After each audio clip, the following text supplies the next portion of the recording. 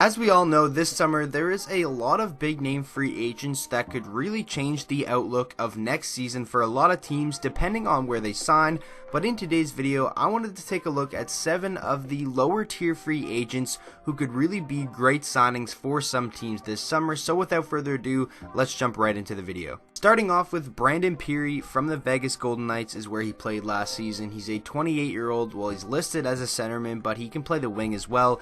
259 career NHL games, 72 goals, and 47 assists for 119 points. And when he was brought up to the Vegas Golden Knights last season, he was a great goal scorer in the short amount of time that he did see in the NHL. 31 games played, 12 goals, and 6 assists for 18 points. Had a cap hit of just $650,000, and I definitely think there are going to be some teams that lack a little bit of scoring depth that are going to want to give Brandon Pirri a look in free agency this summer. You know, a team that needs a guy who can maybe chip in 15 to 20 goals on the third line and potentially, slide into a top 6 role if there is an injury and, play second line power play unit if there is an injury as well. I think Brandon Pirri would be a pretty solid fit for a lot of contending teams that do lack scoring depth. I look at a team like the Colorado Avalanche, and he's not going to cost a lot whatsoever. I think he will get a raise from the $650,000, obviously, but nonetheless, I think he would be a pretty fantastic signing if you're just looking for some scoring depth in that bottom 6 to really round it out. He had 12 goals in 31 games, so I definitely think he has the potential to be a 20-goal scorer in the NHL, so I think a lot of teams should definitely give Brandon Pirri a look this summer, and I could probably see him getting a contract, maybe like a 1-year, $1.5 or $1 million deal, just as kind of a prove-it contract. Next up is Keith Kinkaid of the Columbus Blue Jackets. It's weird to say of the Columbus Blue Jackets. I still think of him as a member of the New Jersey Devils, but he was traded from there, didn't end up playing a game for Columbus. He's a 29-year-old goaltender, 151 career starts, 64 wins, 55 losses, and 17 overtime losses, a 2.90 goals against, and a 906 save percentage. And this past year was pretty rough for Keith Kinkaid, but it was rough for the entire New Jersey Devils team this year. 15 wins, 18 losses, 6 overtime losses, a 3.36 goals against, and a 8.91 save percentage. He had a cap hit of $1.25 million this past season, but Keith Kinkaid is a guy who, in my opinion, if you're a team that is having inconsistency and struggles in goaltending, you should give a look this summer because he is a proven winner. Remember, last season, 26, 10, and 3, bringing New Jersey to the playoffs. Obviously, they did have Taylor Hall as their MVP, but it was an amazing year for Kinkaid and for the entire New Jersey organization, and it's kind of crazy to me that they just gave up on him so soon.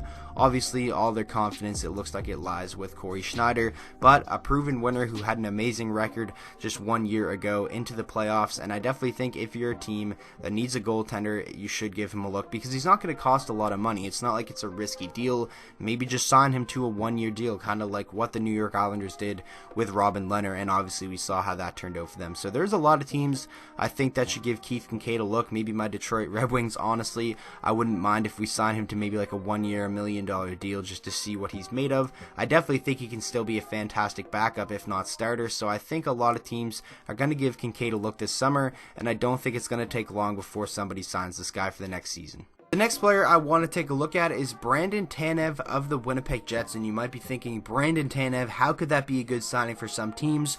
But when I think of who are some of the best role players in the NHL, who are some of the best bottom 6 forwards, I automatically think of Brandon Tanev. He's super fast, he's physical even though he is a little bit undersized, he can chip in offensively here and there, he finishes his check. I really think he just has everything that you want from a bottom 6 role player.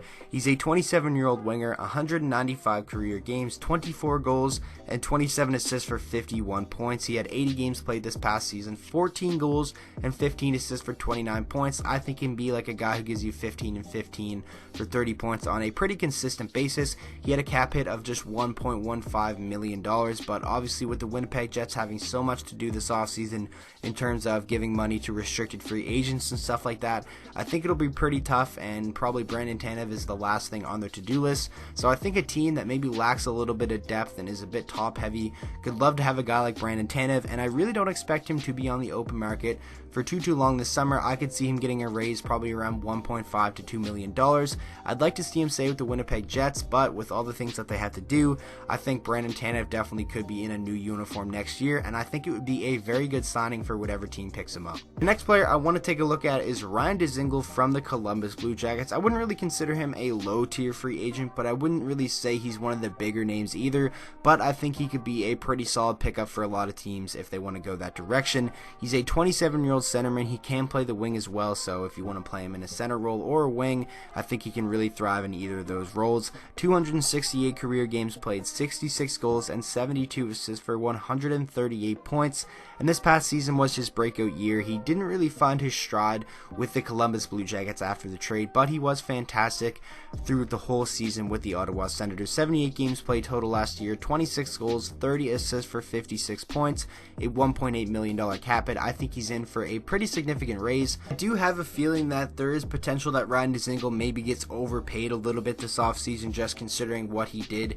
in this 1 year. I feel like maybe he'll get like a 3-year, $3.5 to $4 million contract, which still is a lot of money for a guy who isn't really a proven consistent scorer in this league. It's not like he's finally breaking out at a young age. He is 27, just kind of entering his prime, but I do think that he can be a pretty solid option as a top 6 forward for some teams in the NHL. I look at a team like maybe the Boston Bruins, maybe a team like the Minnesota Wild, the Vancouver Canucks. It seems like he would just fit in that uniform.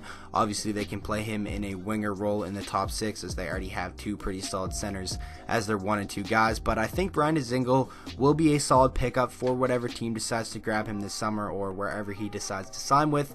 But I hope he doesn't get overpaid because I really like Ryan Dzingel. I want him to do well, and it would suck if he turns out to be one of those guys that's just on a pretty bad contract. The next player I want to talk about is Brock Nelson of the New York Islanders. Another guy who I would really consider a low-tier free agent, but I wouldn't say he's one of the bigger names either that a lot of teams are going to be going out and targeting this summer. He's a 27-year-old centerman. Obviously, he had a breakout season this year, the best season of his career, and he chose a pretty good time to do that, obviously, in his contract year. 480 games played in his career, 124 goals, 117 assists for 241 points, and like I said, this past season was really his breakout year.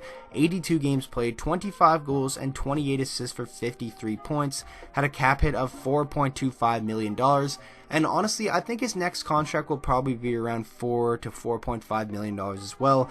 I can't really see him getting too much of a raise from that because, like I said, this is just his first year, being a 25 goal scorer. But I really like Brock Nelson.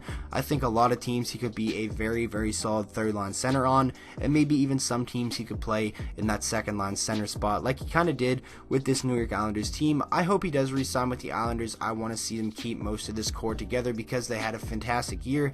I think they should run it back next year and see what happens. But I think whatever team gets Brock Nelson, you're getting a guy who can play a good two-way game while still giving you 25 goals on a pretty consistent basis. I think he's probably going to be over a 20 goal scorer for the next couple of years, so it's going to be interesting to see where he ends up and for how much money. But I think wherever he does go, that team will be lucky to have him. Next up in the video, we have another goaltender, and that is Cam Talbot on the Philadelphia Flyers. And like Keith Kincaid, he has had it rough lately.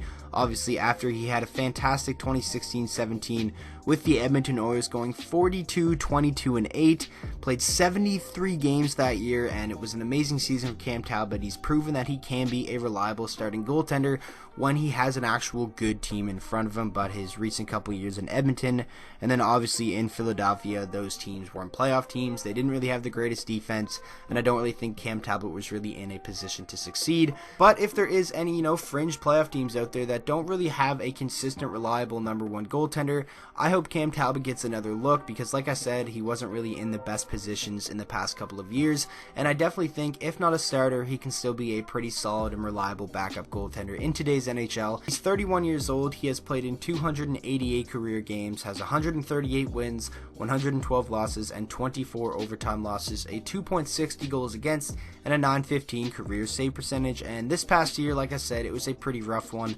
35 games played, 11 wins, 17 losses, 3 overtime losses, a 3.40 goals against, and a .892 save percentage. He had a cap hit of $4.166 million, and obviously a significant decrease is probably going to come from that this summer if any team is actually going to sign him. I certainly hope someone does. Like I said with Keith Kincaid, maybe try to give them a Robin Leonard deal where you just give him a 1 year kind of prove it contract.